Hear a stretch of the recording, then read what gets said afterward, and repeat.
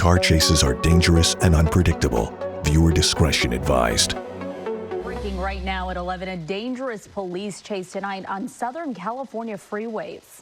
Yes, right now we are watching this pursuit in action near the area of Downey and Norwalk on the southbound 605. This is a driver in a Camry. The original want was a apparent DUI call. Yeah, we know that this started in the city of Bell right around 10 p.m. So this has now been going for about an hour. You can see CHP right on the tail of that driver, that Toyota Camry. We know at least one person is inside. That driver, we don't know if any other people are inside, but obviously this driver refusing to pull over. Tom, sometime in the last hour, we did see speeds reach up to 140 miles per hour. Which is just stunning, given obviously how dangerous that is when you have a car going that quickly. We do have a guest on the line. Yeah, we do have retired Officer Dave Avila, I believe, on the line. Yeah. Hi, Dave. Thank you so much for joining us. Yeah, no worries. Just another pursuit going through our LA City freeways once again. Yeah, we know. Yeah. Go ahead. Sorry. Oh, yeah, no worries. And just like you had said, my contacts have also told me it's been on the 105 freeway. It's been on this one, and yeah, it speeds 130 plus, going in between traffic vehicles. So what we'll do now is that, and it did start with Bell, and then CHP takes over. One thing CHP does, and I think most of the viewers understand that now, because we've been doing this for years, is that they like to just keep their units in the pursuit unless any type of exigent circumstances are needed, like K9 requests, things like that. Yeah, definitely. And Dave, the original want was that on this was a possible DUI suspect. We're watching this driver hit 140 miles per hour right now, over 100 miles per hour on the 605. And I'm not seeing very much erratic driving as much as I would see on a DUI suspect. No, it's not. So that makes you think, it's a good point, Leslie, because it makes you think, what are they running from? Like you said, they don't have to be swerving to be totally, under what we would consider a DUI type driver. But this, like he had said, the lights are on, you stay between the lines. But one thing I also mention all the time is I don't care how slow or how fast the pursuits go, they're always so dangerous. But this one right here, I tell you what I really do like, and having been up in the helicopter a lot, I did 12 on the streets and 22 in the air, is that this TFO is keeping the light on the suspect's vehicle. This way, what I like is that the people up ahead can look at the rearview mirror and then they'll see this, so they'll just go ahead and pull off to the side. Or like I tell people, if you have this coming at you, what I recommend, and that's just me, and that's just hold on to the steering wheel, maintain your speed, stay still, let the pursuit get away from you, and if you need, then you can go ahead and pull off. Yeah, we have yet to see any close encounters, fortunately, as we've been watching this pursuit, because you're right, many of those drivers on the ground probably getting that heads up that, hey, this is coming my way, I should move to the right, move out of the way, this is a dangerous driver there. At this point, though, it looks like there's no indication that CHP would maybe pull back from this. In fact, they're getting closer to that vehicle. Yeah. I think, like I said, we don't know what else is going on with this suspect. Like you had mentioned, this isn't like your typical DUI type pursuit, and the CHP is staying right on them. Now, the one thing about the CHP that we all know, they can go ahead and go from their Santa Fe Springs office, if, since they're on the 605 to the Norwalk office, they can just do this handoff back and forth. The suspect won't get away. They'll just they'll just stay with them. And CHP, like most agencies, they always err on the side of caution. And one of the reasons I mentioned that CHP likes to maintain just their own units, most departments do, and that's for post-pursuit activity. So this way they're all playing off the same sheet. Yeah, and well, obviously you raised the issue of we don't know what else might be going on here too, and then we start to kind of run down that checklist of questions we have in these situations. Who is in the car, right? Are they carrying a weapon, or is there someone else in the car that maybe is being held against their will, or not? There's so many questions about why this person's fleeing, and so far we haven't seen this person enter any neighborhoods yet, which we often will see suspects go into the neighborhood maybe that they're familiar with. Right now it just seems like they're flying down the freeway. Yeah, exactly. There's so many factors to be considered in something like this, and you hit them all there, Tom, and that's it. Yeah, we don't know how many suspects are in there. We don't know, like you said, if there's somebody being held against their will.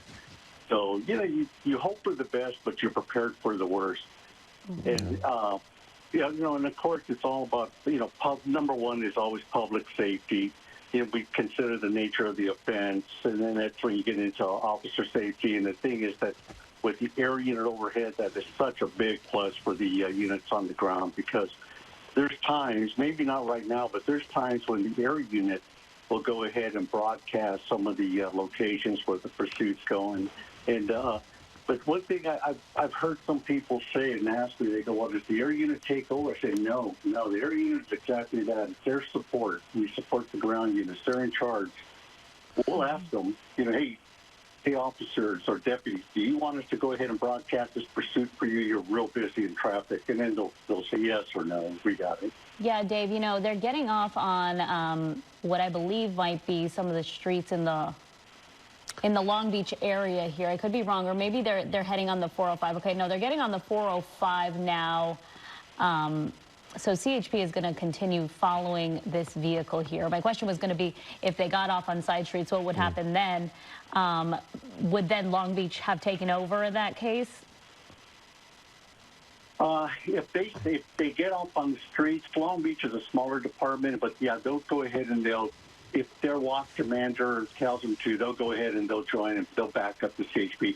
Or if the CHP gets off and then requests a local agency as a backup on this pursuit, then yeah, they'll go ahead and then they'll work together. And that's what we always call mutual aid. Yeah. But it's really working in CHP's favor for this driver to stay on the freeway here, right? Oh, absolutely. Not only just the CHP, but for civilians also out there. Because I mentioned before, I would rather see a pursuit, if we're going to have them, I would rather them stay on the freeway rather than go on the side streets where you have pedestrians, cross traffic, red lights, and so much more dangerous on the streets. Not saying that this any less, but I would prefer this. Yeah, it's kind of interesting as we watched our graphic up there with the speed fluctuating the way it is. It's a bit manic. It's like this person is slowing down not when it's slowing down, really, still going very quickly. But right now, this is a Toyota Camry hitting 115 miles per hour, obviously pushing this car pretty hard. And then you see them hitting the brake lights a little bit. You wonder if there's an issue keeping control of the car going at this speed, especially if this person is intoxicated. It goes without saying how dangerous that is, driving a car at this speed. But we are lucky too. It is late in the evening on a Saturday. It obviously doesn't look like there are too many cars on the road. So and the way the CHP is kind of holding back is that's very deliberate, right? They just want to make sure this person knows they're following them, but then also they don't want to if they get too close, that might make the driver do something even more erratic. Yeah. I mean, that's why they have that tracking also. I mean, they may have even tried that, and I can't get that confirmed from Bell or not. But there's times because you want to try to get the suspect just to slow down and stuff like that. But more than likely, they'll try to de-escalate it by pulling back a little bit. But it's obvious that when it doesn't work, you just stay with them. And this is just for citizen safety, if nothing else. Yeah, and we know this started out of Bell. We're going to watch and see, because the 405 is going to hit the 710 here in a little bit, and the 710 is going to take you right to that Bell area. And many times we see these pursuit suspects go right back to the area they know. But in the last hour, we've seen this driver go all the way up to San Gabriel Valley, make their way down to Whittier and then back down, almost like just a big, I guess, circle there. So we're wondering now if they'll keep on with the 405 or then hit the 710. If I'm correct, they may have already passed the 710 here, but we'll see what this person does next. But many times, Dave, we do see these people try to go back to areas that they're familiar with. Yeah, we usually call it, they try to get back to a friendly area to see if they can, they may be talking to somebody right now saying, hey, can you help me out? And we've seen that before where they they hit an alley, anything like that, and then they take off, and if the officers are close, we have a foot pursuit. If not, then we'll just set up we'll set up a perimeter. But yeah, definitely, the freeways are easy. They can maneuver those freeways. They know where they're at. But when they get off, yeah, they're usually around a place where they have some friendlies that live around the area that'll help. They're hoping will help them out. At this stage, too, I mean, sometimes I know that in some cases, there'll be some agencies that'll pull back. But because this person has already presented such a clear danger to the public and what they're willing to do in terms of speed, is the CHP really in a situation now where they have to see this through? They will to a point where they feel that it's getting totally out of hand. And then what they'll do is they may go ahead and pull back and let the air unit just follow it in as the air unit can stay with them. Looks like there was one sort of close call there with the car, and it's interesting. The driver there is like riding the you know what? I think that may actually be a CHP. Yeah, it is a CHP officer. So we're watching that CHP patrol car now take over. You know how these things work. You think the other one's getting a relief for now? Maybe they've been following for about an hour. Maybe they have to gas up at this point. Yeah, that may be it, but remember also that the CHP has their different stations all over. Like when they went southbound on the 605, I'm sure that was the Santa Fe Springs office that's located right off the Telegraph Boulevard. And then now they're down here in Long Beach, so CHP has another unit there, so they just negotiate what's called a handoff. And of course, they're all on the same frequency, so they're aware of what's going on. Or any other type of information they can that they can hand off to the current unit that's in pursuit now. But it's but also sometimes it's just because we're low on fuel. It's just like with the helicopters, we do the same thing. It may be towards the end of our end of watch. So being LAPD, I would sometimes call the CH, or I would call the LA County sheriffs and just say, hey, can you guys come over here and take care of this pursuit while I drop down and grab some fuel? And so it's the same thing on the ground. Yeah, and we see that happen sometimes, that even our helicopters, they will run out of fuel while we're following these pursuits because they can go for hours. And in this case, it almost feels like CHP, their best option here is hopefully that car runs out of fuel. Yeah. We hope so, but that fuel economy and those little things is pretty good. But we can just hope that it's at least when he started, he was on low. Yeah, I mean, and really the sustained speeds of this pursuit is, we don't often see the speeds staying at above 100 miles per hour for this long. I've been staring at our little speedometer there in the corner. Well, now it's slowing down a little bit, but this driver has really been booking it. I mean, clearing easily 100 miles per hour for pretty consistently for most of this, and luckily not running into any traffic of any kind, and is able to weave in and out of traffic. You can see though there is a little bit of erratic driving, kind of riding like along the carpool lane there, but otherwise not running into a lot of resistance. At least there's not a lot of pressure there on the freeway to slow them down. You have to wonder. I think it's interesting you touched too on the idea that these drivers will call people they know. Maybe they're in a panic. What do I do? And maybe I don't know.